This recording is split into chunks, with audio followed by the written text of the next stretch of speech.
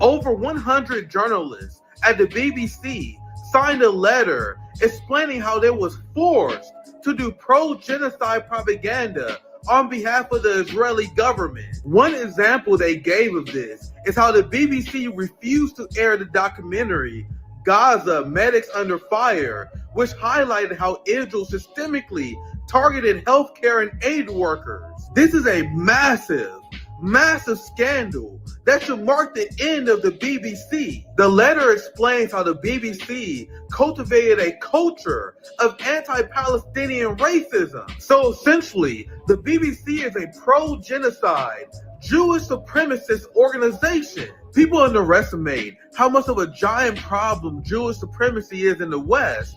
One of the largest media networks in the world, the largest in the UK, is ran by Jewish supremacists who demanded the reporters do propaganda for the state of Israel. Meanwhile, if you mention how our media is controlled by Zionists, they will call you an anti-Semite. This is why there's a boom of independent media, because the mainstream corporate media is controlled by Zionists, who very tightly controls the narrative. But what does it say about the state of Zionism that people in the West are finally mass rejecting Israel, even chanting death to the IDF at concerts in the UK? Despite Western media being completely controlled by Zionists, they still lost the battle of ideas in the propaganda war. This is why the ruling class had to implement Zio-fascism and crack down on free speech, because they know they completely lost the people. Zionists have completely infiltrated our institutions and implementing fascism in order to protect their power. The battle against Zionism is the battle of our lifetime. Donald Trump fails to achieve peace in Ukraine as he claims he has no choice but to send Ukraine more weapons. We're going to send some more weapons. We have to. They have to be able to defend themselves. They're getting hit very hard now. They're getting hit very hard. We're going to have to send more weapons. Your defensive weapons, primarily, but they're getting hit very, very hard. So many people are dying in that mess. Is anyone surprised? Donald Trump has completely sold out MAGA. I told people that Donald Trump would govern just like genocide Joe Biden. You have to be delusional to think the United States empire will be derailed by some reality game show host. Donald Trump expressed frustration with Putin because he refused to give in to Western demands when he literally has no reason to. Ukraine, and I'm not happy about that. I'm not happy about that. Yeah, I'm very disappointed with the conversation I had today with President Putin, because I don't think he's there. And I'm not happy with what Putin's doing. He's killing a lot of people. We get a lot of bullshit thrown at us by Putin, for you want to know the truth. The West are the ones who are desperate and the ones who are taking massive political losses because of this conflict, not Putin. I'm glad Putin is playing hardball with Donald Trump now. He learned after the first term that you can't trust this swampy motherfucker who says one thing and then does the other. It was the West who made the mistake in Ukraine and overextended, and now they want Putin to bail them out. The reality of the situation is that Russia is in complete control and they have no reason to negotiate with the West. So Putin is punishing Donald Trump for enabling the Ukraine proxy war in the first place during his first term. If Donald Trump was serious about peace, he would stop arming Ukraine and accept Ukraine as a buffer state between Russia and the West, which is a completely reasonable demand by Russia. Ukraine is not for the United States and Europe to negotiate over. What's poppin'? My friends, my family, we are back again for another week. We have a special edition, one of our best shows, one of my favorite shows to do. We have the post-duopoly show. I would like to call this the official roast of the MAGA movement. Because how many people did I warn about this? And many of these people, I don't blame them, because a lot of these people I talk to, like Shay Boyles, Ozzy Prozac, these are foreigners, and I remember they was explaining why they was excited about Trump ending the Ukraine war. Remember, I had them on, I was playing like, guys, I understand why you want the Democrats to lose on this, but Trump is not going to change shit on the Ukraine war. And I said that very early on. Remember, I even stuck my neck out on that. There's many people who came on a show. I got disagree, man. I'm not buying it. I told you guys that Donald Trump would find a way to sell the Ukraine war. And now Trump is being exposed and MAGA being exposed as a sex trafficking protection movement. So you guys know it's a glorious time to be in the post-duopoly. Isn't it interesting how the post-duopoly always wins? Because think about the situation we're in. We got to see the Democrats being punished for committing a genocide, and now we get to see the MAGA movement exposed. Imagine if he was in the other scenario where the Democratic Party was rewarded for genocide. They won the election. Donald Trump gets to claim the Democrats rigged the election against them. He gets to ride out in the sunset as a hero. In this situation, the Democratic Party was completely exposed and punished for supporting genocide, while MAGA was given the rope to hang themselves. Isn't it amazing to be post-duopoly? What's popping? I have my post-duopoly brother from Heartlands Media, Kit Cabello, and our representative from Dissidence. What's popping, Keaton? What's up? Ready to expose the pedophiles. Now it's our turn to expose the pedophiles. You can't say that word in the YouTubes. You'll send us all to prison. Oh, that's right. Pedos. That's right. Well, we used it. We didn't say it in our stream, actually. You're right, but we played it like we must have played it like 50 times on the stream today, and they haven't gotten us yet. Okay, Keaton, listen. Someone has been to YouTube jail 9 times. You gotta learn how to make your own shiv, man. Okay, so there you go. Right, exactly. Yeah. Yeah, I love how you did the Alex Jones impersonation, because we definitely gonna get to him. I've been bathing in MAGA Tears and Cope over I've been calling him out for a long time. Imagine making your entire career exposing the sex trafficking ruling elite, only to fall in line and endorse the sex trafficking EPSTEIN line MAGA ruling class and lose all your credibility. So we definitely need him. Go ahead, Kate.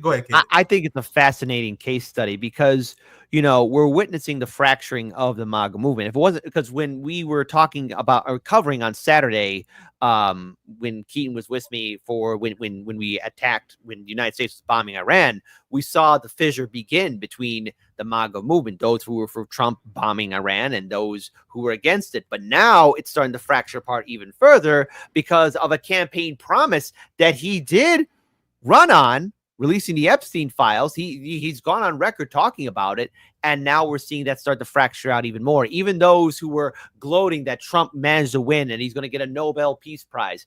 No, this is happening at a faster rate than what we saw on the left. Because with the left, there was still the progressive movement. You had that momentum of Bernie Sanders in 2016, 2018, and even a little bit going into 2020. But look at what's happening to the MAGA movement. They've been solid for about 8 years. Now we go into 2025, 6 months in, and the fracturing is beginning, and people are waking up and seeing that everything that Donald Trump has been running on, anti-war, giving weapons to Ukraine, bombing Iran, and now with the Jeffrey Epstein files, I mean, what else is there to say? The only thing he's been consistent on is deporting immigrants, and that's not going to win him any points because people were made clowns of, and all these influencers, these people who've made a buck the last 8 years, who had a solid gravy train on social media, who are getting the algorithm and rhyme helping them out, they're going to be losing a lot because all their supporters and people who've been watching their content be like, wait a minute, hold on. He's not even doing anything that you said he was doing. He's doing the Uno reverse card. Like, are you guys covering for him? Are you guys really being paid off? And the answer is most likely YES. That's just my 2 cents, unless I'm wrong. Keaton, Nick. Well, they're calling them PAYtriots now. That's their new nickname online, is the PAY, Patriots with a PAY. And that's what they are. I mean, that's obviously what they are. I mean, they're hawking merch outside of Alligator Alcatraz. I mean, that's what they are. They're brand ambassadors. Jack Posobiec was talking about, because that was a hilarious thing that we covered earlier today. So everybody remembers the whole Epstein Files Phase 1 binder photo op between like Jack Posobiec and Liz Wheeler, Eric Doherty, Libs of TikTok. And, they all came out and they made a fool of themselves waving around these binders for the cameras. So Posobiec was on Piers Morgan last night, and now his version of that story is, well, we were called to the White House to discuss policy. We weren't told anything about the Epstein binders. And then he said they gave us the Epstein file binders, and then they sent us out the West Wing exit where there were cameras set up because Keir Starmer was coming for a visit. And so we just happened to be thrown out of the White House in front of all these cameras, and they took pictures of us before we could vet what's inside, as if they weren't taking selfies with the binders, as if they weren't using that to juice their following and make a big splash on X. So no, they are just in shambles, as Nick would say. There's no other word to describe it. I smell that explanation as being bullshit in the highest, purest form, like cow dung drying in the fields of Montana on some farmer's ranch. Because that's what it is. They knew what they were doing. They were jumping up for joy. In fact, I remember even watching that video when those idiots were jumping up for joy. They knew that the cameras there. Like, oh hi, they were there. They knew. They knew we're not this stupid. And even the most diehard MAGA supporters and Trump supporters. Here's the thing. I know how you feel. I felt it with Bernie Sanders. I'm so sorry. You're welcome to join the club, okay? Like, we could all work together. But if you go to bat for these politicians, then yes, I will laugh at you just like I laugh at anyone who supports the Democrats, okay? But you can join us, and we can all curb stomp these bastards. It'll be a good bonding moment for the country. I think it'll be great. It'll be pure gold. We have to admit that the MAGA movement is probably an all-time psyop from the establishment. Like, it's 100%. Oh, yeah. One of the greatest tricks they ever pulled. Like, I'm talking about Obama level. I never thought they would pull Obama again. It was like, bro, you thought Obama was cool? Watch what we got planned for these white dudes leaving the Republican Party. Yeah, exactly. Yeah. you got this Obama shit. Though, wait till we get these. Look till we see this. We got this Tea Party plan, right? Then we're gonna bring this guy in. This guy, he'll come in hot. He'll talk about Obama's birth certificate. I mean, we got no holds bar. You immediately say Obama is a fucking dirty Muslim, and he comes in hot. Go to a few UFC fights, man. You really got to win these poor white dudes over. Oh, dude. See, it's an all time. If you detach yourself, because I'm crying on the inside, I laugh too in order to cope. But if you look at what the establishment do, this is an all timer play that they ran. Well, there's nothing. I mean, there's no. I mean, I can't think of how quickly any politician, any president, anybody that I could think of has broken so many promises so quickly. From no new wars in the Middle East, bomb Iran within 6 months. We're going to end the Ukraine war in one day. The Ukraine war is farther from ending than it's ever been. We're not going to cut Medicare, Medicaid, Social Security. They cut Medicare, Medicaid, Social Security. Within 6 months, they pass a bill that's going to cut that. And, of course, the whopper, we're going to get to the bottom of the Epstein case, too. There is no Epstein case. I mean, those are four just blatantly broken, just clear as day broken promises on like pretty major things. Like these are not like small promises. Like I'm going to end the war in a day versus the war is raging on. I'm not going to bomb Iran. I am bombing. I'm not going to cut your Medicare. We're going to get to the bottom of Epstein. I mean, these are pretty huge promises that they made, and they broke all of them within 6 months. And how did MAGA overcome it? Think about how brilliant the MAGA psyop was. They overcame it by building an alligator cage in the swamp, so which is going to flood. All of the fucking troglodytes in their base could be like, yeah, feed the immigrants. That's all you got to do. That's actually just a good create answer. Torture porn with immigrants, and you can get away with anything.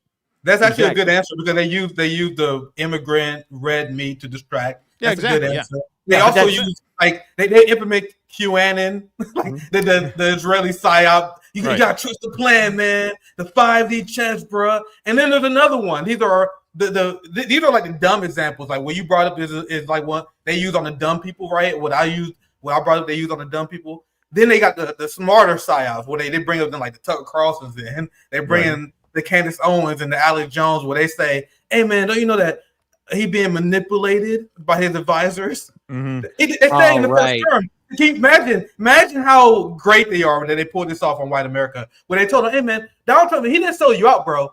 He actually hired the wrong people. He made an oopsie. He hired Mike Pompeo. Oops, his bad. Hired John Bolton. He literally hired the swamp man, Steve Mnuchin.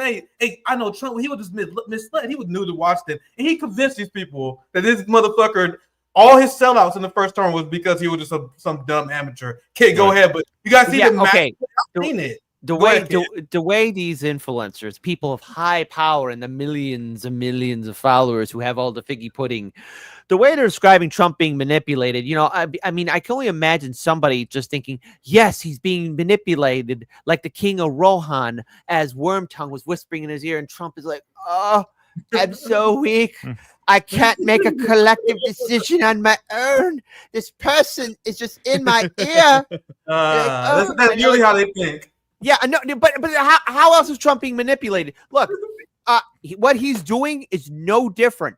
And I did a short movie review about The Apprentice, like on the day when Trump ordered for the bombing of Iran. I finished watching the movie, so of all days I watched that movie. It's the same day he ordered it. So as soon as I got done watching the movie, then all of a sudden my phone buzzes like, oh, turns out there's a war going on.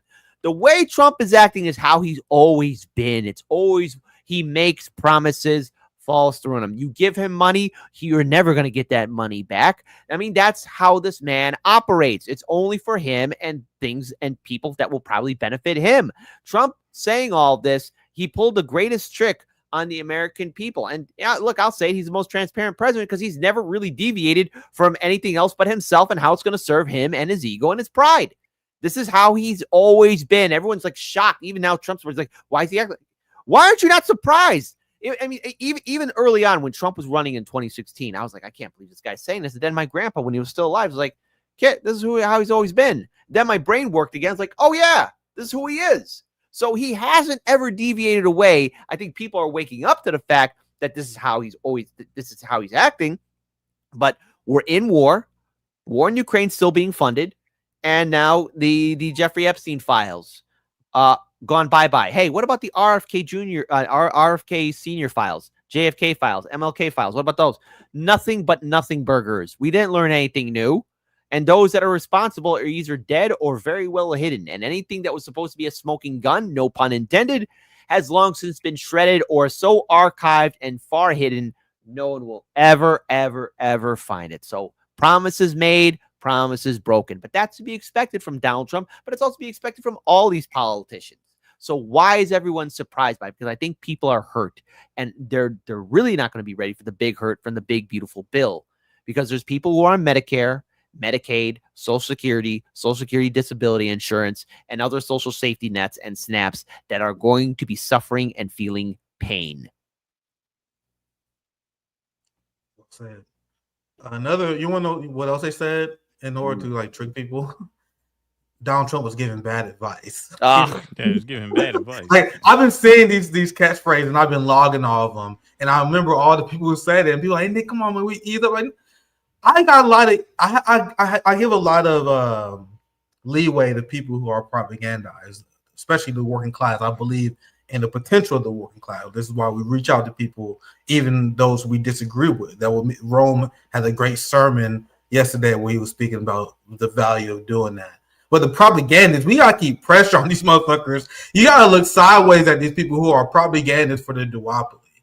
And the people who were saying he was giving bad advice, he was being misled by the warmongers, as I witnessed him surround himself with the same warmongering motherfucker. The second he hired Marco Rubio, the game is over. Don't listen to what they say. Pay attention to the people they hire. Now, before we get to Epstein, because Epstein is going to be funny to get through, I'm going to quickly cover this because I did a hotspot on the video. We touched on this a few times, but I have a few things I want to explain. And I'm going to explain to you guys why I knew this was coming. Because it wasn't like a Hail Mary guess, but I've been saying for years, because it's been a dominant narrative. Even people I liked would say stuff like, well, at least Trump is anti-war. At least Trump will end the Ukraine war. And every single time you guys saw, roll my eyes. Every single time. Yep. It never failed. And people thought I was just a hater. And I know I'm doing the thing I'm doing the I told you so thing again. But this is important because I've been warning people who fell for this anti-war grift for years that Donald Trump wasn't going to do this. You know who else knew that Donald Trump wasn't about shit? Vladimir Putin. Mm-hmm. What did Putin say a few months before the election? He said he preferred Kamala Harris to win over Donald Trump. And everyone thought he was trolling. And then I explained to you guys, like, no, he's dead serious. Because if you look at the explanations, he said that Donald Trump and his team, they're unpredictable. And they know that Donald Trump is like any other United States president, is going to serve the empire. There's not going to be big deviations. But Donald Trump is crazy, unpredictable. So he'd rather have an easily to like maneuver neoliberal like Kamala Harris on the chessboard, because Donald Trump is going to govern no differently. He enabled the Ukraine proxy war in the first place by arming the Ukrainian regime as it was shelling Russians in the Donbass. He was an instrument for enabling the Ukraine war. So Putin is punishing this motherfucker. So he made a clown of Donald Trump on the global stage. But Ken, I think you want to chime in if you want to add anything. Oh, no. I wasn't trying to chime in. What I would just say is, but as long as you toss to me, yeah, you could see there's definitely an effort to humiliate Trump and the U.S. Specifically, even more so than just Ukraine or even the rest of NATO. The timing of those Kiev strikes, where as soon as Putin and Trump got off the phone, Kiev was getting alerts that there were missiles incoming. So they clearly timed that attack in accordance with the conclusion of the phone call. That's a pretty unmistakable fuck you from Putin to Trump. Yep. And once again, from my position, I don't believe that Russia is being unreasonable. Like at this point, he realized the Ukrainian regime is batshit crazy, because Zelensky I would never negotiate for peace unless I have Crimea back. And then Putin all right, brother, we gotta get rid of this motherfucker. We're gonna have a permanent buffer zone now. That shit off the table now. But Kid, I think you want to chime in. What were you about to say? Yeah, I'll add on to this. First of all, when you look at the war in Ukraine and the amount of lives lost, Trump was running on this, and he made that infamous CNN town hall that even you and I were watching together on RBN. We did commentary on. I'll never forget it. And Trump is saying, I want people to stop dying. I want everyone to stop dying. Well, Trump, people are going to continue to die because you are continue on the same legacy that Joe Biden pushed forward. And this whole war is once again a way for the establishment to earn more money and to gain more influence. So it shouldn't surprise us all that Putin probably is looking at Trump as a clown and nothing more, because Trump will not deliver on any kind of real ceasefire plan. He put on that whole show of him yelling at Zelensky, but at the end of the day, the weapons developers still need to ship out their weapons, and there's a way for them to earn a buck. And there's people out there in the Democrat Party and the Republican Party that's serving their best interest to see that the war and money still go forward. Because you imagine if that war did stop, that means a lot of treasury is now available, and Americans will ask, well, hey, can we get that invested into us? Politicians, they're not there to serve us. They're there to make sure that their corporate donors are well-fed, fat amongst the blood of the innocent. And we have this war in Ukraine that has no end in sight, and we are the people flipping the bill for it. So all this stuff about Trump being a peace candidate has now blown up in the face. And what I will say again to people like Tulsi Gabbard, you really screwed up that anti-war image of yourself by being associated with this administration. All these people that were with Trump, I remember giving this warning, like, don't be part of the administration. Get out while you can, because once Trump continues on the same system as always, you're going to be tied into it. And they all did it. They all were part of it. So well done. Well done, Trump. You're just like Biden. Yeah, so the second that they allowed Trump to win, just like I saw one of the commenters I put up on the screen, the second they allowed him to win, there wasn't like no game to overthrow the deep state or establishment. They would never allow someone like that to win in the first place. And one of the reasons why I explained to you guys, I knew that Trump wasn't going to end the Ukraine war, because it was clear to me, because not only because he helped provoke the war in the first place, despite the fact he wanted to rewrite history, his job, and this is why it was important for him to win, which is why Democrats committed a genocide in order for them to so they can lose, because there was massive disapproval especially among right-wing minded independents on the Ukraine war. So if you bring in someone like Donald Trump, who could effectively sell the Ukraine war to the MAGA base and the right wing, that is the most important thing to the establishment right now, especially considering the liberal class. They are more than happy to hate whoever the government tells them to hate. Like they are completely on board for hating Russia. So you already won the liberal class. You need to get the conservatives on board. So I was listening to the right's answers and solutions on Ukraine. There was a lot of dummies that the right wing would say the same thing we would say regarding the leader. But then what your solution to this conflict? You listen to what Trump would say. He was like, well, if I was in charge, it would never happen. Biden showed weakness. Right. You think weakness was the problem? So he was he was saying that Biden didn't show enough peace through strength. He also would criticize Biden because he claimed that he didn't negotiate. What is there to negotiate over? Is he like, Biden is not a good negotiator? If I was here, I would negotiate with Putin. We would negotiate it into the war in 1 week. The second he said that, anyone who was serious about geopolitics knew he was full of shit.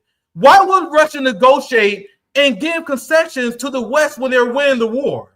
So what I was saying is, how can you negotiate with Putin when Putin has all the cards? I was saying this even before Trump took office. So when Trump said he's going to negotiate, he's selling the war to MAGA. So when Russia doesn't give concessions that they have no reason to give, Trump can then go to his base and say that Putin is unreasonable. Did I not tell you guys this a year ago, before Donald Trump took office? And that is exactly to the T what happened. I'm not bragging saying I told you so. But I'm telling you, it's very obvious every step the empire takes. This is exactly why I told you guys what's going to happen. Now, Trump, on cue, literally within less than 6 months, is coming out to his MAGA base and saying that Putin is saying a bunch of bullshit. So now he's getting the cat turds on board. Well, wait. I mean, they're called litter mates. That's what he calls them, litter mates, which is even gross. No, you nailed it. I mean, that's 100% right. And in terms of, Trump being tasked with selling something that the liberals couldn't sell, right? That is true of this, but that's also true of a lot more than this, right? Like Trump is able to sell mass surveillance in a way that the liberals couldn't sell, right? That's what this $1 billion Palantir contract is. If Kamala Harris had given Palantir that $1 billion contract, there would be riots in the streets. You would never get the right wing on board, and this is part of the problem of having a Democratic Party base that you could literally just tell anything and they will believe anything, right? Like, the liberals will believe literally anything that the man or woman on MSNBC tells them to, right? So they're no extra measures have to be taken to control them. MAGA is a little more ornery, and they're certainly not going to go along with a surveillance state supervised by Joe Biden or Kamala Harris. They'll go along with a surveillance, say, outsourced to private enterprise by Donald Trump and J.D. Vance, which is what they've done. They will go along with a police state if the right-wing leaders tell them that that's what they need in order to solve the immigration problem. So, yes, Trump has really served as a means to manufacture consent for very establishment-oriented policies amongst a fairly large, and increasing in size cohort of people who consider themselves "quote-unquote" anti-establishment. You guys see this bullshit? You got look at these two headlines just for example what I'm talking about. Trump is disappointed with Putin. Oh yeah, yep. You guys see how he's selling it? He's selling the fuck out of this. Like, this is pure propaganda to win over the MAGA base. And the people like Cat Turd, you guys know what I'm talking about. Like the diehard MAGA people, they're gonna go along with it. I see a lot of MAGA accounts like, oh my God, it's Putin, motherfucker. We need to put him in his place. Putin, he's gonna learn today. He's gonna fuck with MAGA. He's gonna, I already seen it. You know what I mean? It's a brilliant way to sow the war. And as a geopolitical analyst, I'm amazed at how they're able to pull this kind of stuff off. Because, but Ken, let me show you here's the other headline. Let me read this one. Look, Trump finally fed up with Putin. Look, he fed up. He had enough. He had enough, kid. He teases more Russian sanctions. That's gonna learn him. That's gonna learn Putin. No, so look, here's something to take away. It's so dumb, guys. Holy fuck. Especially with the with a MAGA influence, like people like Cat Turd who are in collective denial. Can you imagine the amount of mental gymnastics that he has to pull off right now in order to convince whatever remaining followers that are diehard to him? And he has a good following, but to make excuse after excuse as Trump breaks more of his promises. See, these are the people that now realize that they attach their apple cart to a politician, which is something you never do. You never connect yourself to a politician. I learned that lesson a long time ago, and you know something, folks? You always be critical. You can like somebody, but don't you ever attach your brand, your name, your face to any of these politicians. You have to keep the distance. And all these MAGA people now have to defend themselves. So that means anytime that they've ever set a show, anytime they've ever done anything now, it should be viewed with suspicion because of how closely tied they are with the administration. Anyone that keeps on defending the administration isn't independent media. They're a mouthpiece for propaganda. That goes for people in the vote blue, no matter whose sphere as well. Yep. Look at the people who are upset because Tucker Carlson interviewed that. If you're a journalist and you're upset and you're willing to follow the direction of the United States government based on who you can interview and who you cannot, you're not a journalist. You're a propagandist. That's the definition of being a propagandist. I don't want to talk to this person. I don't want to air this narrative off because I am following the direction of the government. Like, that's literally what they're saying. They're following orders. That's what they're doing. They're literally following orders, and that's a sad fact of all these people who have the influence and the favor of the algorithm. They're listening to the administration, and so long as they play ball, they're going to get those hundreds of thousands, millions of views. They're going to get the algorithm boosting them up, and all the while misleading people. And to which I have to say to this audience, your job is to, obviously check us out, hear our voices, but also be open-minded and look at different perspectives and points of view. Just don't be falling for a cult of personality. You have to see all perspectives, but also call out these people who are in this top echelon who seem to think that they can get away with being a mouthpiece for any kind of administration. This goes for the left and the right. When you see people like this and they're so close to the White House having all this access, question it, always question it, because it's not in your interest to listen to a mouthpiece from Washington, D.C. It is in your best interest to be an independent, critical thinker. That's what we expect from everybody who watches all of our content, to be a free thinker and, more importantly, not fall into duopoly traps, okay? There are points during the 2024 election cycle where it's like, okay, hey, Trump's really rallying the populist base, but it's like, don't get dragged into it. Just like how we see with right now Democrats with the Fight the Oligarchy tour with Zohran Mamdami. It's like I'm seeing people fall for the trap again. I'm seeing the activist groups here in Chicago even falling for the same traps. You can think like there's going to be a progressive movement again. It's like, if it's attached to the Democrats, then no, it ain't. You're walking into a complete freaking disaster. Anyways, I'll the less I say about the activist groups here in Chicago, the better. I don't know.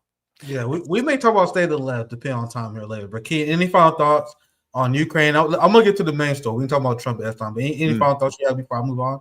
No, let's do Epstein.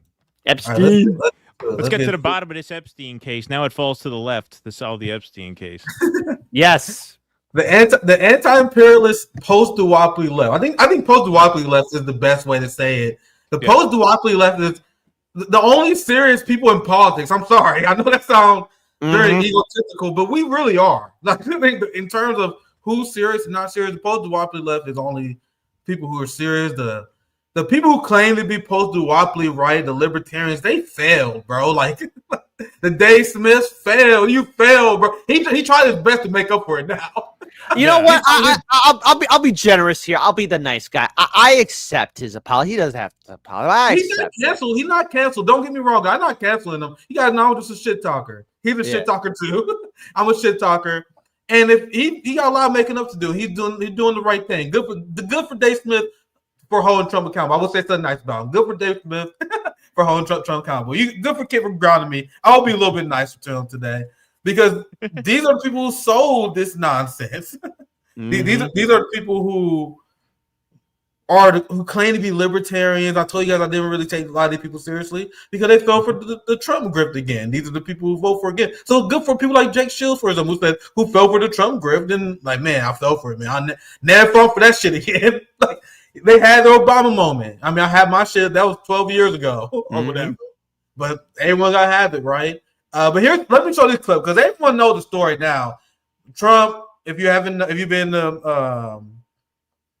in the basement somewhere, Trump and his administration announced that, hey, nothing to see here, essentially. He committed suicide. They won't explain how, because I covered the story. Man's on suicide watch, where they cover you with nothing but paper and a short ceiling. So if Jeffrey Epstein, you guys understand, if he killed himself, we have to reevaluate the human body and biology, right? Because when someone put on suicide watch, you are put in a short ceiling with nothing but paper. So based on what we understand, it is physically impossible for you to commit suicide in these conditions. So if Jeffrey Epstein did something that we think is impossible, isn't it a scientific breakthrough that we should be studying, right? He's like the David Blaine of suicide.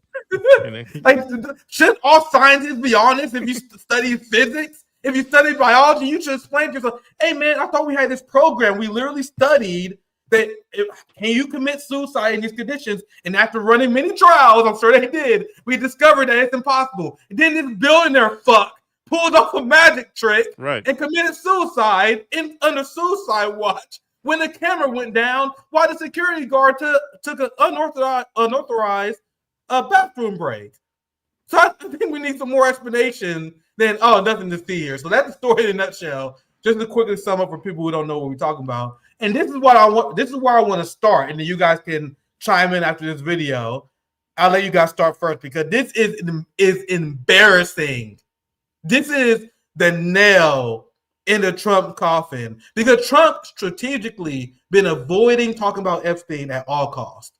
But now the story is too big, and now his anger and his sense of panic was exposed in this video. He did work for an intelligence agency. So could you resolve whether or not he did? And also, could you say why there was a minute missing from the jailhouse tape on the night of the staff? Yeah, sure. If Could I just interrupt for 1 second? Are you still talking about Jeffrey Epstein? This guy's been talked about for years. You're asking, we have Texas, we have this, we have all of the things. And are people still talking about this guy, this creep? That is unbelievable. Do you want to waste the time and do you feel like answering? I don't mind answering. I mean, I can't believe you're asking a question on Epstein at a time like this where we're having some of the greatest success and also tragedy with what happened in Texas. It just seems like a desecration, but you go ahead. He did work for an intelligence agency. So could you? So I'll let you guys go first because that clip is fucking hilarious. Go ahead, Kian. Well, yeah, we showed that earlier on our show. I mean, as the chatter there said, yeah, seems a little defensive, wants to get out in front of that question. And I don't think he realizes just what an insult that is to his own base. And I think people who underestimated just what a clusterfuck this was going to cause within MAGA, what I think they don't quite understand is that, first of all, just on its face, on a substantive level, a pedo ring with many, underage victims is a pretty despicable thing to just turn a blind eye to, just as like a point of policy. But more than that, it really touches on a philosophical sort of underpinning of the MAGA movement. So much of MAGA views the current political conflict as one of like salt of the earth, traditional God-fearing Americans versus the lizard people, basically. The lizard people being like wealthy, elite, hedonistic, godless, pleasure-seeking liberals. And one of the things that these godless, pleasure-seeking liberals do is they engage in sex with kids, right? And they traffic them around because they're rich enough and, they have no moral core. So that is how a lot of MAGA views the sort of macro conflict. And so the Epstein issue is more than just a political issue. It is emblematic of how they view the liberal class, right? This elite pedo ring is as much a metaphor as it is real. Just like, as I put earlier on our show, in 2016, Trump campaigned on building a wall. Yes, he actually wanted to build a wall. It was a real issue, but it was also a metaphor for the ethos of the entire campaign. If Donald Trump, 2 days before the November vote in 2016, said, you know what, the wall was a bad idea, forget I said it, we're not building it, at that point, the campaign would have imploded, because that was the sort of philosophical glue that held the movement together. The Epstein case is the same thing here. Like, this is something that MAGA has used to distinguish their followers from the coastal elite godless liberals. So once you say, actually, this thing doesn't exist, never mind, there's nothing to see there, that's devastating. And so when Trump says, hey, I don't know why you're still talking about this, that is a slap in the face, not just to that reporter, because that's who he thought he was insulting. He's insulting his entire movement by saying that. He's basically calling his movement a bunch of idiots who are still obsessed with this for no reason. So it's very damaging. It's very damaging. He's going to have to torture a lot of immigrants to win their hearts back. He's going to have to feed a lot of immigrants to alligators to wipe the stink off of this one. You know, it is also a fact of, okay, for everyone that's been paying attention, this is a pretty big deal, because unfortunately here in the United States, there are a lot of missing children. And, you know, we have all seen the stories of a lot of these Hollywood echelon elite people, be it actors, directors, music producers, CEOs in the Hollywood elite. But then there's also the politicians in Washington, D.C. and their corporate owners. I mean, their donors who, constantly seem to get away with this and have a lot of scandals flying around them. This is a huge slap in the face, because for those who were regular people, Trump supporters, they're seeing that their guy has just basically said, there's no black book. There's no conspiracy. But I can remember a certain video that came out thanks to James O'Keefe, and I don't think any of us can play it because you will get hit with copyright and a few other things, where you had an ABC News reporter who probably didn't know she was being recorded, saying that they had everything on Epstein. They had the names of people. They had the names of everyone. They had it all there. But they got a phone call because there was a certain member of the royal family that was part of that list. And then in turn, they couldn't interview Will and Kate. And we got to have the people wake up in the morning, see the British royal family, even though we had a revolutionary war to break away from the British crown. So the information's there. Everybody knows. Don't be stupid about it. And if you're a Trump supporter, you need to be pissed off about it, because your guy just basically said that something that you are concerned about, that the quote unquote Democrats were covering up too, is going to cover it up as well. It's the same thing, but with a red coat of paint. Everyone should be up in arms about this. Everyone should be looking at this, because I want to see what's on that little black book. And I say this as a leftist. So everyone on the right, everyone on the left, we want to see what's in that book. We want to know who the names are. We could speculate and we could give our opinions on who's on that list.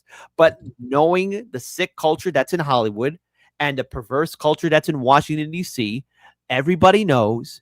Everybody knows. Stop it. This is the biggest scandal that we are witnessing here. An entire trafficking ring is being covered up in real time right before us.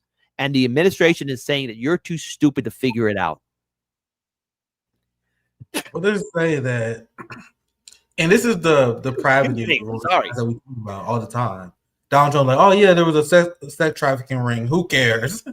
Mm-hmm. And I wouldn't say that kid even gotta say, yeah, I'm on the left. And of course we care about this. But you want to know what's funny? I don't have the clip. I have to find it one day. I saw it on CNN where Anderson Cooper, Jake Tapper, one of them, they all blend together to me. One of these motherfuckers was talking, and they was explaining how it was a MAGA conspiracy about Epstein. I'm like, there's not a MAGA conspiracy. You guys see how the ruling class completely warped the Overton window? According to the mainstream political consensus, it's only the right wing who cares about sex trafficking. It's a MAGA conspiracy theorist, as if it wasn't the left wing conspiracies for decades and decades explaining how the ruling class are fucking full with fucking sex criminals, war criminals. But now you guys see how it's been completely changed over, and many people just accept it because people like Bernie Sanders, AOC, and the progressives, they're institutionalists now. They will never question the Epstein story. It's not Sam Cedars priority. You know, it's not the professional managerial class priority. So just like with Ukraine, because just like the ruling class say, oh, it's only the right wingers who spreading Putin conspiracy theory. You are far right if you don't want NATO to conquer Ukraine. It's the same thing they're doing with the Overton window. That's an observation. But Keith, I think you want to chime in for free. Well, yeah, this is how. Because this is how these battle lines in the culture war get drawn, right? The media frames it. Well, you're a right-wing lunatic if you're concerned about sex trafficking. Well, if they repeat that over and over and over again, enough people believe it to the point where it becomes a self-fulfilling thing. Because then a lot of people on the left are sort of intimidated from covering it because they don't want to be smeared as right-wing, right? I mean, I never cared about being called right-wing. Most of us, I'm sure we've all been called that a million times and whatever. It just kind of rolls off us. But whenever a liberal call me right-wing, I'm like, bro, I want to see the mean production. Shut the fuck up. Right. So like we never really gave a shit about being called that. That's why we're here. But a lot of people on the left do. And so they kind of get bullied out of talking about it, which creates a vacuum on the left. And then the right wing talks about it. And now, you know, it takes a very short period of time to the point where now those are the battle lines, where it's the right wingers are crusading against child sex trafficking. Again, that's why this is so damaging, because that dynamic became true largely because the media insisted it was. So it became a self-fulfilling thing where, you know, a year or two in after 2019, when Epstein died, that was the divide. The divide was the left was indifferent and the right was obsessed with these child sex trafficking rings, which once again is why Trump spiking this case is so harmful, because this really is a pillar of modern conservatism, even beyond MAGA, but especially within MAGA. Like this is one of the real pillars of the movement. This would be like if one of us were to come on here and say, you know what, I've had a change of heart on Israel-Palestine. I think I'm a Zionist now. But, you know, that would just forget it, right? Like that would not be tolerated. Those bombs mean nothing. Right. That would not be tolerated. Well, this is the same thing in right-wing circles. Like, you can't scream about this for years and then just accept it when Trump says there's nothing to see there. You can't. It's not going to fly. It's a non-starter. Yeah, and the point I was making as well, especially with the whole thing about the MAGA base being upset. I'm upset that the United States left even allowed the right wing to steal this from us. Like, this is the most obvious class war issue of all time. Well, yeah. There's a reason why the left been calling out the criminal capitalist ruling class. You guys know I gotta get into the weeds a little bit with you guys. So, obviously, look at Jeffrey Epstein, ruling class oligarch motherfucker. Who do you guys think are the people who engage in human trafficking and sex trafficking? That's not a working class crime. Right. Like, dude, is the average working class man, do you think he can just afford to pay? Right. No. This is a ruling class crime. It has always been. Human trafficking. And the thing is, with the liberals, they pissed me off, because whenever you talk about a global sex trafficking ruling class ring, they will call you the liberal class, the neoliberals. They will roll your eyes at you. Yeah. And whenever they roll your eyes, whenever they bring up that you're a conspiracy theorist for bringing up the ruling class sex trafficking ring, my question to them always was, who do you guys think are engaging in human trafficking?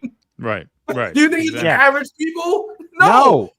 Look, human trafficking, and for all the people who downplay it, human trafficking is the second most profitable criminal activity in the United States, only behind drug trafficking. You know, human love drugs. So outside of drugs, the most profitable crime you can get into is human trafficking. So where's all the money coming from? Do you guys think it's coming out of pure air? That Ghislaine Maxwell was prosecuted for engaging in sex trafficking to no one? So let me play the video, because this is what Donald Trump. This is our long way of going. One other thing here too. You know, since Trump said that the Epstein files and that there's no black book or anything else, Free Maxwell. There we go. Controversial statement. She didn't do anything wrong. Boy, Jeffrey Epstein killed himself for no reason. Apparently, he killed himself for no reason because he didn't realize they had no evidence against him. That's what they want. That's what they really want us to believe. So this is what Trump wants to downplay. I have to play. I show this. This is one of the Epstein victims. This is what they don't want us to care about. I have spent the last 17 years in my own prison for what she, Jeffrey, and all the co-conspirators did to me. I was raped repeatedly. I was raped 3 times a day sometimes. And I was not the only girl on that island. There was a constant stream of girls being raped over and over and over again. And yes, Ghislaine must die in prison because I've been in hell and back for the last 17 years. And 27 for me. I was 10 years old when Liz Stein was being trafficked. I was 10. That is how long the sex trafficking ring has been going on. But Trump, he wants amnesty. He wants us to forgive it. Let's not talk about it. About this. I can't believe you're still talking about this. You guys see how they push harsh authoritarian law and order on the working class, but they have relaxed, laissez-faire interpretation of the law for the ruling class. They want to build a giant police state and lock up Americans and steal our wealth over minor infractions. Meanwhile, when it comes to a sex trafficking ring, Donald Trump is like, And to my point about, go ahead, Ken. Go ahead. No, I was just going to add, I put out a couple memes about this yesterday, but yeah, how does this not, unless you're just a total sicko who just gets off on like the torture of immigrants, how do you still continue to celebrate these immigration crackdowns in the name of law and order when they're turning a blind eye to this? Like, really? He's the law and order president just telling you there is no elite pedophile ring pedo ring. No, I mean, like at a certain point, like, does this not bleed into other issues? Like, how much can you rah cheer on the mass deportations when they're turning a blind eye to this? They had ICE just go break up a car wash the other day in Los Angeles. Some of you guys may have seen the video. Okay, so you got the law and order president cracking down on car washes and Home Depot parking lots while letting this go. I mean, unless you're just a completely broken person, which a lot of people are in this country, unfortunately, you have to be disturbed at that imbalance. Yeah, very well. So let me show you guys this. I'm gonna try to wrap up the presentation. There's a lot to cover on this, but this is exactly. I got to cover this with a class 4 element because the liberal class. I've been watching the coverage of this. You guys know I'm a nerd, and the lack of curiosity from Western mainstream journalists should be immediately disqualifying. And it's crazy. They think they're better than us. Ken? The people who their articles get a fraction of the views my tweets do.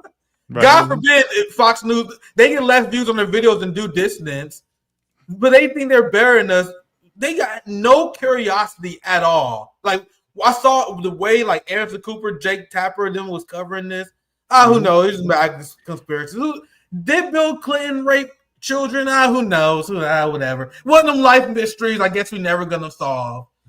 Now here's Bill Gates' wife. Listen, I'm telling you guys, who are the people who engage in these crimes? It's not a working class crime. It's for the rich, but it's always been that way. Fucking gas station. It's always been that way since antiquity. Who profits from the slave trade? Who profits from human trafficking? Who profits from all the vices? You realize that it's the king and the queen, the prince, the princess, and all the vice lords and all the popes and bishops. That's who's profiting off of it. And it's no different here now. But I think because we have this idea of this republic or this democracy that there's law and order, when in all reality, there isn't. There's no such thing. It never existed. Let me play the video and then you guys can respond to it. I'm sure some people probably seen this, but I had to bring this up because I have to remind people that the ruling class is filled with fucking demons with no morals. Period. But let's play the video. You know, it was also widely reported that Bill had a friendship or business or some kind of contact with Jeffrey Epstein, and that you were not. That was very upsetting to you. Did that play a role in the divorce at all in this process? Yeah, as I said, it's not one thing. It was many things. But I did not like that he'd had meetings with Jeffrey Epstein. No. If you was a journalist, you knew what he would. No, sorry. What do you think? Okay, I'll pass right to you. I know you got a lot to say too. Okay, what do you think would be a fucking gigantic story? Someone was asked Bill Gates' fucking wife, like, hey, what was one of the reasons you broke up with Bill Gates? Was it because the kid fucking? She's like, yeah, there's a lot of reasons, but yeah, he was hanging around pedophiles too. That's a gigantic fucking story. But go ahead, kid. Like, yeah, it's like. But here's the thing. Here's the thing, lady. Because we all know how these rich people act. They all have each other's freaking numbers. You knew who he was even before you put that ring on. I don't want to hear that crap. That's a good point too. And maybe I'm letting TV and Hollywood play with my mind a little bit because, you know, they like to amp things up. But all those dramas and TV shows do have that little spice of truth into it on how these rich people act. They know each other's game. They have each other's number. They played her little Game of Thrones. She knew what kind of vices he was into. She was with him for such a long time. You can't pretend you didn't know unless you want to be stupid and be like, duh, I don't know anything, and play the fool. I don't want to believe this. I don't believe this sob story that she's having. I think she knows a little bit more, in my opinion. In our opinion, we can say she knows a little bit more, but they know. She's going to be like, oh, there are many reasons. Well, what are the other reasons? Hello? I want to know. And these... I gotta be careful here. But yeah, be careful. You don't want to go divorcees, bro. These ex-wives, bro, they are vicious because she better be fucking careful what she says. Because if she telling I'm gonna continue the clip. You guys see what she says is extremely damning. If she's telling the truth or she just talking shit about her ex, because you can't just say shit like this, okay, Melinda? Mm-hmm. So I'm taking her word for it a little bit. But hey, there is a chance that maybe she's just talking a little bit shit though. But let's continue the clip. Divorce at all in this process? Yeah, as I said, it's not one thing. It was many things. But I did not like that he'd had meetings with Jeffrey Epstein. No. Mm-hmm. And you made that clear to him? I made that clear to him. I also met Jeffrey Epstein exactly one time. Did you? Yes, because I wanted to see who this man was. And I regretted it from the second I stepped in the door. He was abhorrent. He was evil personified. I had nightmares about it afterwards. So, you know, my heart breaks for these young women because that's how I felt. And here I'm an older woman. My God, I feel terrible for those young women. It's awful. You felt that the most. So for one, there's honestly questions I have here. There's a lot of questions we have here. So for one, she said, I made it clear to Bill that I was uncomfortable with him hanging out with a fucking sex criminal. So how did that conversation necessarily go down? Isn't that a good follow-up question to ask? Because that's a big thing to say on camera that, hey, I talked to Bill Gates and I had concerns about you hanging out with Jeffrey Epstein because he's a creepy fuck. That's a fucking big deal. So that means that Bill Gates was approached about this. He understood there was a problem, and he continued to engage in the behavior. Am I overreacting, or doesn't it seem like a bigger story that a lot of people let on? You know what I mean? I'm wondering, like, of all the times Jeffrey visited the house with Bill and Melinda, right? Well, what was a breaking point? Like, how many times did you have this conversation? I mean, you were okay with his first visit, second visit, third visit, fourth visit. You already knew that he probably was hanging out with him even when you weren't there. Like, what was the breaking point? The 100th time? The 200th time? The 300th time? The 1000th time? I mean, I don't know. I'm shooting numbers up in the air here, guys. But what was it? Now, hold on, because I got to be careful here, too, because maybe Melinda might all of a sudden send a strike team after me, and then that's it. I'm done. And I love how she says, that it was more than just one thing. What do you mean it was more than one thing? So the Jeffrey Epstein thing, that wasn't enough? So if he was a model husband before that, and he would start fucking kids with Jeffrey Epstein, would it be okay because that's only one thing? Like, what are you talking about? Anyway, let's spend the clip. I'll spend too much time on this. This is way more hilarious than I remember it being. Let's continue. Personified. He was evil personified. I had nightmares about it afterwards. So, my heart breaks for these young women because that's how I felt. And here I'm an older woman. My God, I feel terrible for those young women. It's awful. You felt that the moment you walked in. I didn't realize was awful. that. Yeah. And you shared that with Bill, and he still continued to spend time with him? Any of the questions remaining about what Bill's relationship there was, those are for Bill to answer. Okay. But I made it very clear how I felt about him. Mm-hmm. What kind of fucking journalism is this? That's not an answer. That's Bro, not an she answer. had the chance to get a scoop of a. You guys realize this interview didn't blow up the way it should have. She had a chance to get a scoop of a lifetime. She's like, oh, it's up to Bill to talk about it. Oh yeah, I guess it's okay. That's a giant thing to say because that shows that Bill Gates knew. And he claims he doesn't know, which is fucking bullshit. But Ken, any thoughts? I mean, the question I would have there is when did she meet him? They said she met Epstein once. Now, Melinda and Bill Gates were married for quite a long time. I don't know exactly when they got married. I'm assuming early 90s, something like that. I know they were together for quite a while. And then they divorced just a few years ago.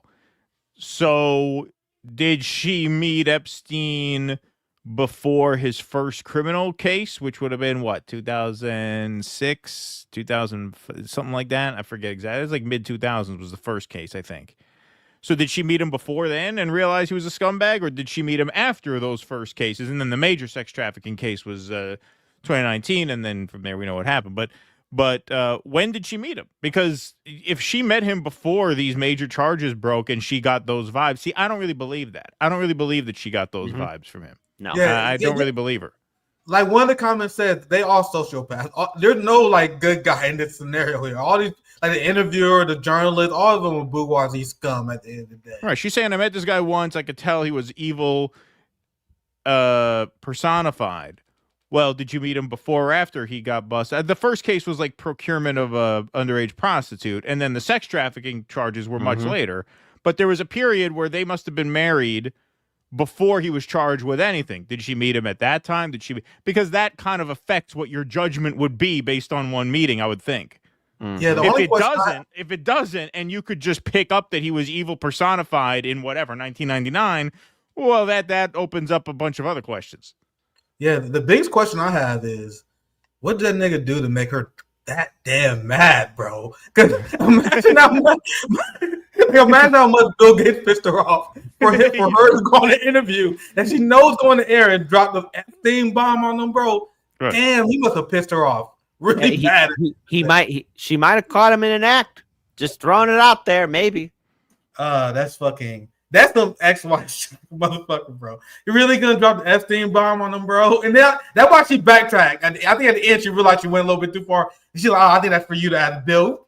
You're the one who brought it up. Anyway, this is what Live a TikTok used to care about. It's just the same way that Laura Loomer used to be against the Ukraine war. Now she's all for it because of Trump. What do you expect?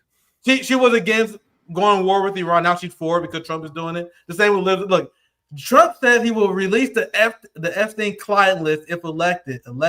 The Democrat elites are shaking. Are they? Are they though? No. Are they really though? I don't know. I'll play the clip. But a lot of big people went to that island. But fortunately, I was not one of them.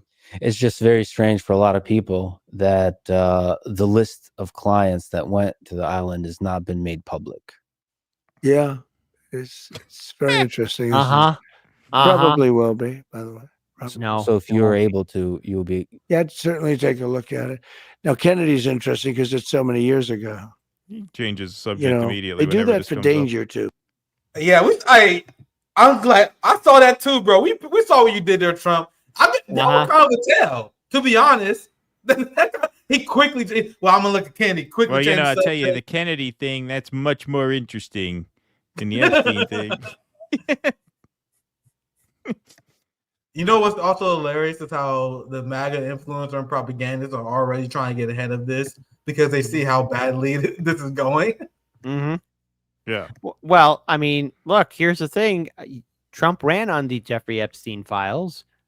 and he didn't deliver. So people are upset. Like, I don't think a lot of these MAGA influencers have the gift of gab to really keep their audience. I mean, yeah, there's gonna be some diehard people, but for the vast majority of people with a functioning brain, left and right, would be like, no, how come the biggest trafficking ring ever was just allowed to continue on? Because there's going to be somebody that's going to inherit that, or either that it's going to be broken up and it's going to be allowed to function. Maybe not the level that Epstein was running things, but it's you do know that the engine has started again, and that the vile abuse of innocent victims is going to continue to flow from DC to Hollywood. And yes, I'm going to mention DC and Hollywood because they're known for that kind of stuff. Okay, they fit the profile.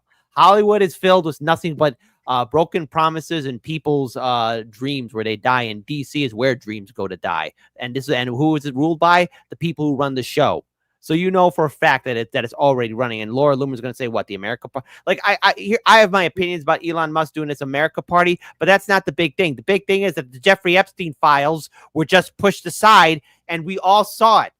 They didn't even do a good job trying to cover it up. I mean, at least in the 1950s or something, if they were going to do a conspiracy to cover things up, at least they had some class to make it look like they were trying to do something. This is just like, yeah. Yeah, and you see the Zionists are working overtime right now. They're trying to convince people not to care about the story. She has all the Zionists right now are doing their best. And you got to see she's trying to mock this new third party that she's fuming about, actually. Looks like the America Party is going to run on the issue of Jeffrey Epstein. You got to see how the number one concern to try to make people not care about this damn party. Meanwhile, she's getting destroyed, getting ratioed by MAGA. And then there was Ben Shapiro, and I'm not going to fucking play it.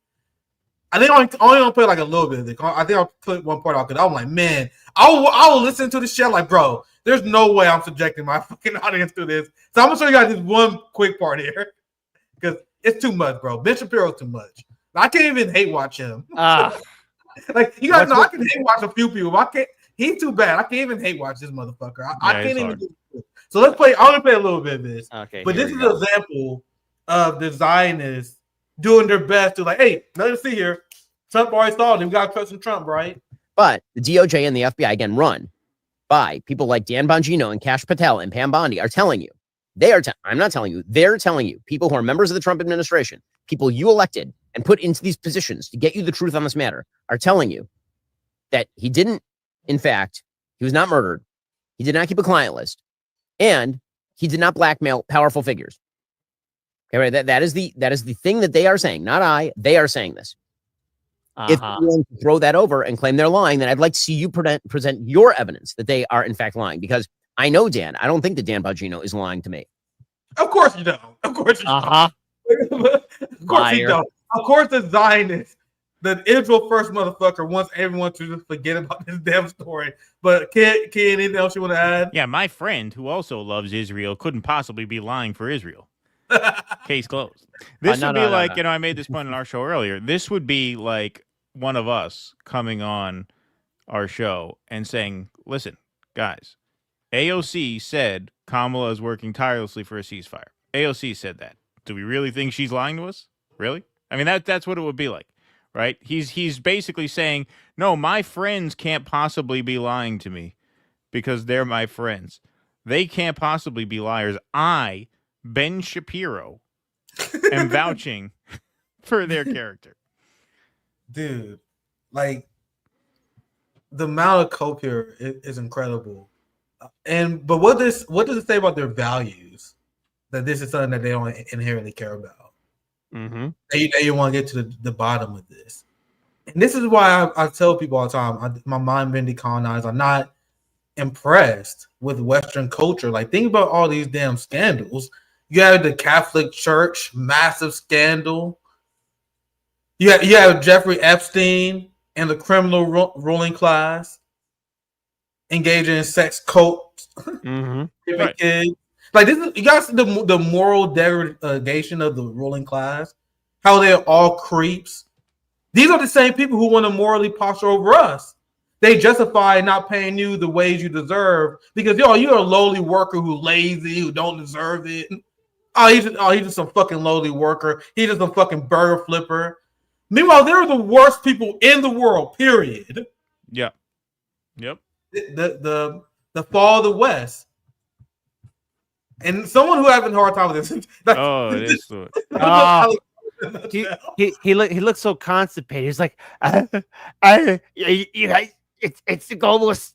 They're controlling Trump with some laser satellite. They're doing it. If you want to know how Alex Jones is doing right now, like these 3 images sum it up in a nutshell for the most part. By the way, Keaton, I think you have your evidence that he is doing DoorDash, because looking back, that bag looks like maybe delivery food or something. Yeah. He's driving Uber Eats to pay off the lawsuits. Yeah. Yes, exactly. So there you go. So the copium from Alex Jones is literally next fucking level. All of these incredibly prominent people, household names, or they could use the information to blackmail the deep state. I've done deep research, have a lot of contacts, and know Trump's MO. And he's not into kids. He's not into being peed on, and Russian hotels. All that was lies. We know. Well, so Alex Jones, he looked into it. Yeah, look, this is the slop that you're getting from these MAGA. He's like, guys, don't trust me. I know the people. Man, I know Trump for a long time. Trump, he's not a dealer, man. Yeah, he's not a dealer. So this is the code that he's presenting to his audience. Mm-hmm. Judge Joe Brown believes that Trump is using the Epstein files to blackmail the deep state to surrender. Yep. This is great. I almost couldn't tell the difference between the two. North Koreans are brainwashed. No one is more brainwashed than Americans. You guys realize Alex Jones is 1,000 times more popular than I am? No one is more brain. You guys think North Korea is worse than this? You guys think Russia? This is the slop that is fed to one of the largest audiences. Like, we're not fucking punching down here. Like, Alex Jones is a gigantic name.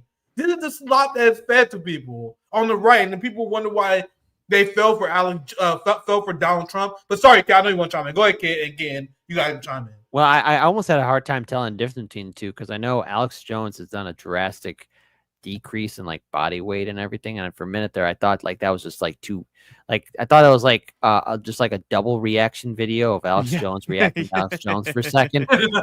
So I mean, like, look, because I know AJ's going through some stuff right now, so but I mean, it's like, dude, you attached your name to a politician. Was it worth it? I don't know. Who knows? Was it worth it for him to get involved in it? Who knows? He's still doing his show and everything, but there's a difference between Alex Jones before his case and then after. I think. Yeah, well, what Alex Jones is saying there is that, and he came up with this theory in his car, in the video that he said in his car, and then he pitched it to Jim Brown or Joe Brown. Mm-hmm. And the theory basically goes that, yeah, Trump now has the information, and he's using it to blackmail the deep state to get policy concessions for the deep state. And Alex Jones basically says, he's very clever. I mean, this is how the guy has been as successful as he has, because what he's saying is, I don't endorse this. I think it's bad strategy, but that's what he's doing. It's not that he's in the files and that's why they spiked the case. No, it's that he now has the files and he's using it to get concessions over the deep state. The guy has consolidated power to such an extent that even the Supreme Court is just kind of like giving him his way. But yet, he has to blackmail the deep state with the Epstein stuff. I mean, it's so beyond ludicrous. Like you said, Nick, it's just pure slop. Like, it's just junk. But that's what he's going with. And I guess he Venmo'd Joe Brown a couple $100 to come on and validate that for him. Hey, listen, Joe Brown, I need you to just say, yeah, I agree with this, please, man. Yeah, right, exactly. Please, I need somebody there because no one's going to back me up. Right. So for our last segment, we're gonna do. We got one more quick segment we will do before we wrap up here. I want to give you guys thoughts on this, because Democrats are about to do potentially the funniest shit of all time, and I wish these motherfuckers would. You guys give me your thoughts on Mamdani as well if you guys want. I already pissed a lot of people off. It's just already hilarious. And like I already see like a lot of people, like there's like a lot of Mamdani people upset at me. And I'm like, guys, it's not my first rodeo. This is not my first. I've been through this before. Like people was upset with me with John Fetterman, Remember that? Like, bro, I was damn near canceled on the left for calling out John Fetterman. We're gonna go through the same damn shit again. You guys think he's gonna lower New York prices, but he's gonna fucking create an anti-Semitism task force instead. We'll just wait. But anyway, the point is, I explained that Mamdani winning the New York race was the best thing that could possibly happen to the Democratic Party. If the Democratic Party threw its entire way to defeat Mamdani, that would have been horrific. We explained, I think this was like probably last month on Post-Duopoly. Bro, the entirety of the progressive bread tube, they was all in on Mamdani. They drew the audience all in on Mamdani. Can you imagine how much money they made? You had Hassan interviewing Mamdani. Bro, they was making big content off of Mamdani. You know what I mean? So you had the entire progressive media apparatus rallying behind the Democratic Party. So if they lost, bro, you guys lost Corey Bush, Nina Turner lost, Jamal Bowman. Bro, this was the race they needed to justify the project, fam. So if Mamdani lost, that would have been the final blow to the Sam Theater progressive pitch. They needed, the establishment needed to give the progressives a bone if you're one of the people who are wondering why Mamdani was allowed to win. But with that said, I'm not one of those people who's stupid, who believe the establishment like this perfectly coordinated dragon. Because I believe when you look at the part of the swamp who supported Mamdani, they made the calculation that they understood it. Hey, man, it's better for us to fall behind, get Mamdani and progressives at least a little bit of a win so they can't completely leave the party. Then you got dumb fucks like the governor, this New York governor guy. What is that fucking name? David Patterson? Patterson, yeah. Who essentially wrote this letter, and I'm sorry I went a little bit long there, but I want you guys' reaction to this, and you guys can get your thoughts on Mamdani if you guys want. Where they essentially said, this letter in nutshell says the Democratic Party has to do whatever they can to stop Mamdani because he's a critical threat to the city and to the party at large. There's a lot of Trump derangement syndrome mixed in there as well. They mentioned that we need someone to stand up against the threat of Trump, but we can't have this crazy, radical. He's a liberal Zionist. Anyway, I'm sorry. I'm going to spare the Mamdani people. He's a liberal Zionist, but they think he's fucking the next leader of Hamas, bro. They talk about this motherfucker like he's Sinwar. No, he's not, man. I've seen this before here in Chicago, man. I've seen people like Mamdani before here in Chicago, and you know what? It's nothing more than false hope. Everyone just... If he does do anything, fine, but prepare yourself for disappointment in New York City because your politics are very similar to Chicago politics. There might be some differences here and there. Our pizza's better. No offense, Keaton. I love you. You know, but I mean, to be clear, I'm not mad. I said it before. He's not Jim Crow Joe. You know what I mean? I'm not mad at people in New York who support him because I don't believe in voting for lesser to evil. I don't think Mamdani's evil, but he didn't supporting genocide. He's a mayor. He's not even voted on foreign policy. So, guys, to be clear, I'm not even mad at the New Yorkers who support him. I'm just sharing my thoughts. That's all. I'm sharing my thoughts as someone who not even who live in the city. But, Kean, do you want to chime in? Any reaction to this letter? Well, yeah. I mean, you mentioned right after he won, you mentioned that this was a big propaganda win, and it's a massive propaganda win. It's a seismic propaganda win, and I think people have to kind of understand that. And one way in which New York and Chicago differ, Kit, is that lots and lots and lots of Jews in New York. New York is the most Jewish city outside of Israel, any place in the world. And pro-Israel politics have dominated New York City as far back as there's been an Israeli state. And so for a guy who says Israel has the right to exist as a state of equal rights, not as a Jewish state, which is what Mamdani has said, to win the New York mayoral primary, that is a pretty massive propaganda win. I don't think that's something that we should dismiss. I think that is very important.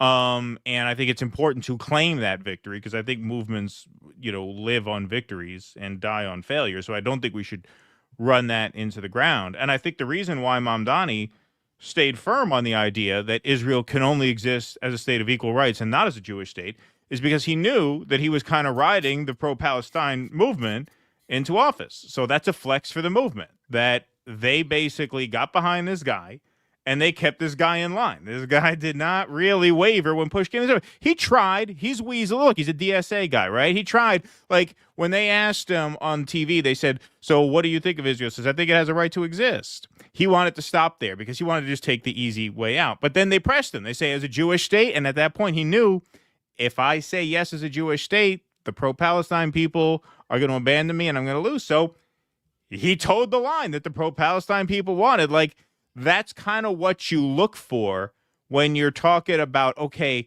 when you're measuring how much clout you have as a movement. And the fact that he won in New York City, which, like I said, Zionist politics dominate New York City. They dominate New York City. Andrew Yang was going to be the mayor. And then what happened?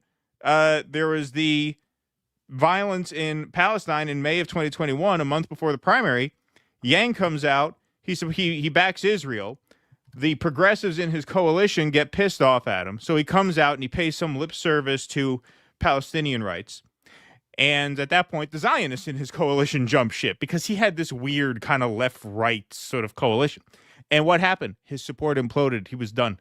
He didn't even make it past the first few rounds of the ranked choice. And so this issue of Palestine has been a death trap for New York politicians for as long as Israel has existed. So the fact that you got a guy there who does not believe that Israel has the right to exist as a Jewish state, the fact that he won in New York City is not a small thing. That is not a small thing. Even if he himself turns out to be a massive disappointment, that's a separate calculation from, okay, if you're using the primary as a measuring tool to see, okay, what progress have you made as a movement? The fact that you put a guy in the Democratic nomination for mayor in New York with those politics, that is something no one could have seen that coming 3 year ago, much less 20 years ago. And this shows the failure of AIPAC and shows how much Israel lost the opinion of the masses, because Democrats as a party, I forgot the exact number, but I think it's like plus 50, plus 60 in favor of the Palestinians. Yeah, they're pro-Palestine now, yeah. There's a weird way to ask the question, but I take it. So there's a lot of support for against the state of Israel now. The only reason, and I agree with you, Ken, this with what you said, I agree with the concept of this being a great victory, and I'm greatly enjoying the Zionist meltdown. Don't get me wrong, guys, but how many moral victories are we going to score against the Zionists? Like the argument I'm making is this victory is not freeing Palestine. It's not stopping the anti-Semitism laws. So we cannot use this as a tranquilizing drug the way a lot of people are. Because as people are celebrating Mamdani, oh, we did it, guys, we won. Palestinians are being slaughtered. Sure. And people are celebrating a fucking electoral victory. At the end of the day, that won't. Even though it's a good, I'm not disagreeing with you. It's not like what I'm saying is, even though this is a great moral victory against Zionism, moral victories is not saving Palestine. It's not saving Palestinians. Anti-Semitism laws are still being put on the books, and they will be put on the books whether Mamdani wins or lose. So I'm not trying to blackpill people who like Mamdani. I'm not trying to shit on you. I'm telling you that this is far, far away from the victory a lot of people making this out to be. In fact, this is like a small start of what we need to be at. You know what I mean? So once again, I'm not fighting your point. No, I understand there is a great moral victory to this. And I'm gonna show you guys one. But Kim, do you want to try? I got one more. Yeah, well, I'm not just framing it as a moral victory. I think, like, we interviewed Shama. I know you interviewed Shama the day after he won. I think we interviewed her 2 days after he won. She told us that she has seen a surge of interest in her campaign since the Mamdani win. That's great. So that's what you're looking for. Like I said, these movements thrive on wins and they die on losses. Sometimes you need a morale boost. So a moral victory doesn't. Yes, if a moral victory stops at being a moral victory, then yes, that's useless. But if you use that morale boost to rally people into post-duopoly campaign, for example, our friend Jose Vega, who ran against Richie Torres as an independent, he got 2.5% in the polls in 2024. I believe that was the highest scoring third party major candidate for national office anywhere. I don't think any other independent candidate got over 2 points in the last cycle. Don't quote me on that. I could be wrong, but from what I've seen, he outperformed all the other independents. The fact that, like I said, a guy who does not believe in Israel's right to exist as a Jewish state, the fact that he won in New York City is going to give people, it's going to force people to take a candidate like Jose, who's outside the duopoly, another anti-Zionist outside the duopoly candidate. It's going to force them to take him more seriously because now it's been proven that the Zionist machine can be toppled in New York City. So these moral victories can beget greater, more substantive victories. And the last thing I would say too is, Mamdani, because he's basically a woke social democrat lib, I don't really know what he means when he talks about the hate crime shit.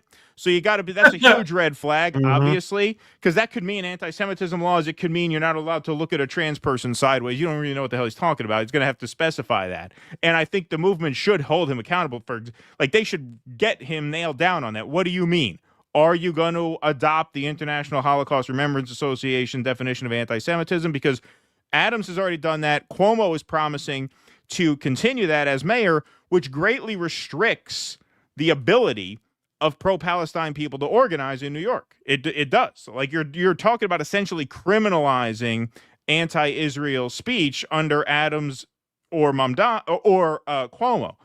And so if Mamdani's going to lay off that shit, then that does give the pro-Palestine protesters at these campuses room to operate to the point where they can push for divestment from Israel. So that has an effect, potentially. Yeah, these things are very, very small victories, but I think the key is to use these victories not as tranquilizing drugs, but as rallying cries to win bigger victories.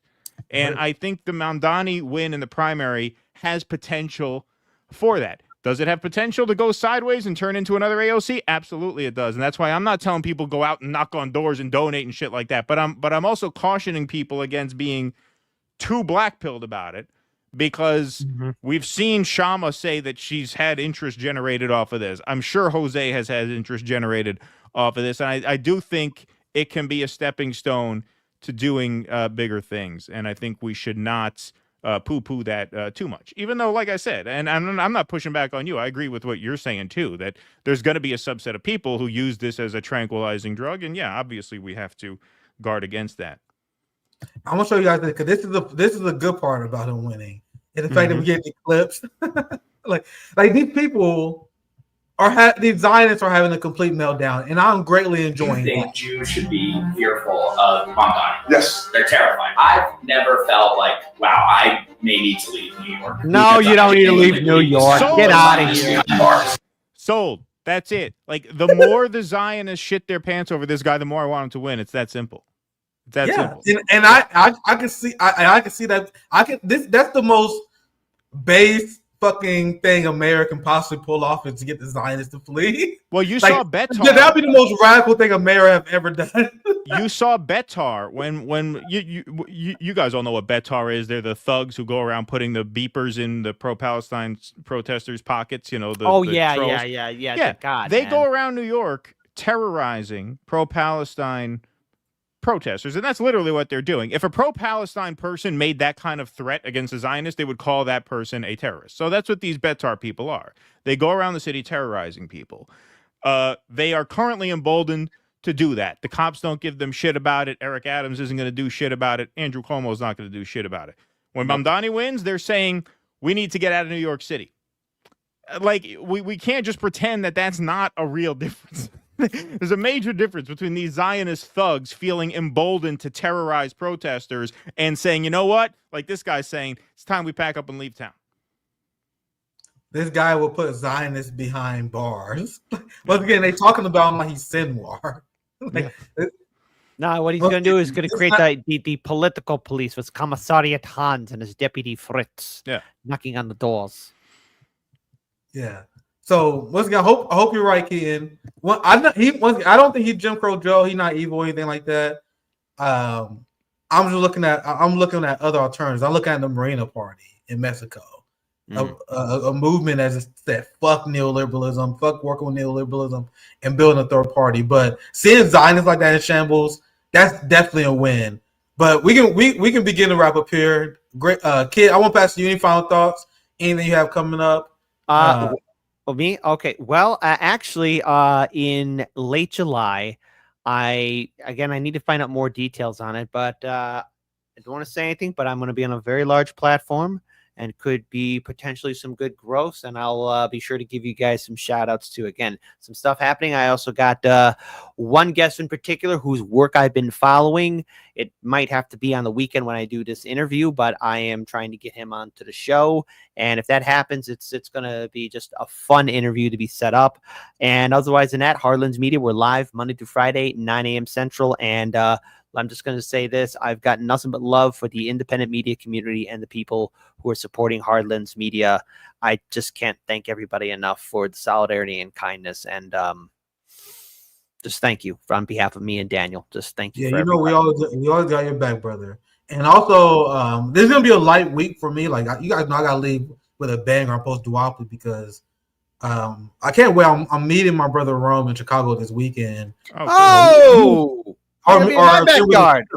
Yeah, so Kid, I was about to say, bro, you already know that I can hit you up. You know, we're gonna be in Chicago. Yeah, I would love to meet up with you guys. Yeah, for sure. I would love that. I would love that. We talk a little bit more behind the scenes, but I'm like, bro, I'm gonna be in Chicago for the weekend. I gotta hit my boy Kid up. Okay, done deal. And also, that's what more than anything, what my focus is on. You know, I just want to get people out there and mobilize. That's what our job at RBN is: get people fired up.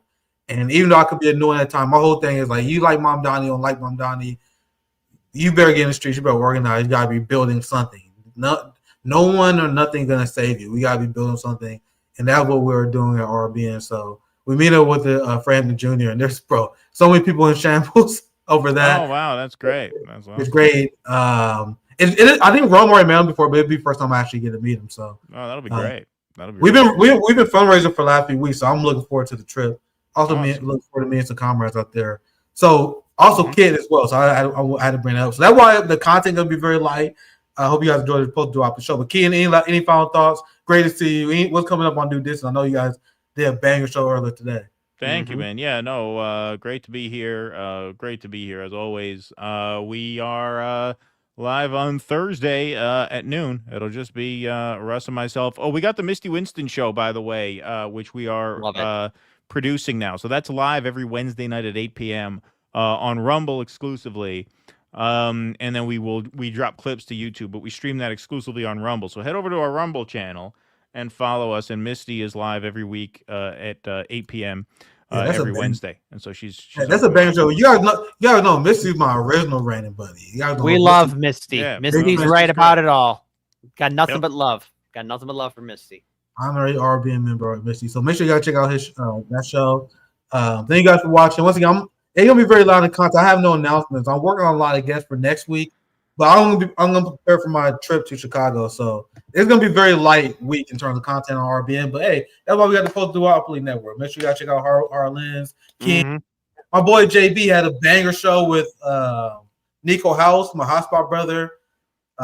If you guys haven't subscribed to JB channel, you guys are missing out on a lot of great RBN content. You gotta be subscribed to the Sav channel, the JB Font channel, and the RBN main channel. If you're not, you're missing literally a giant part of the RBN network. So make sure you subscribe to my brother JB. He had a great show with Nico House, a banger 3-hour stream today. So make sure you follow my brother. Awesome.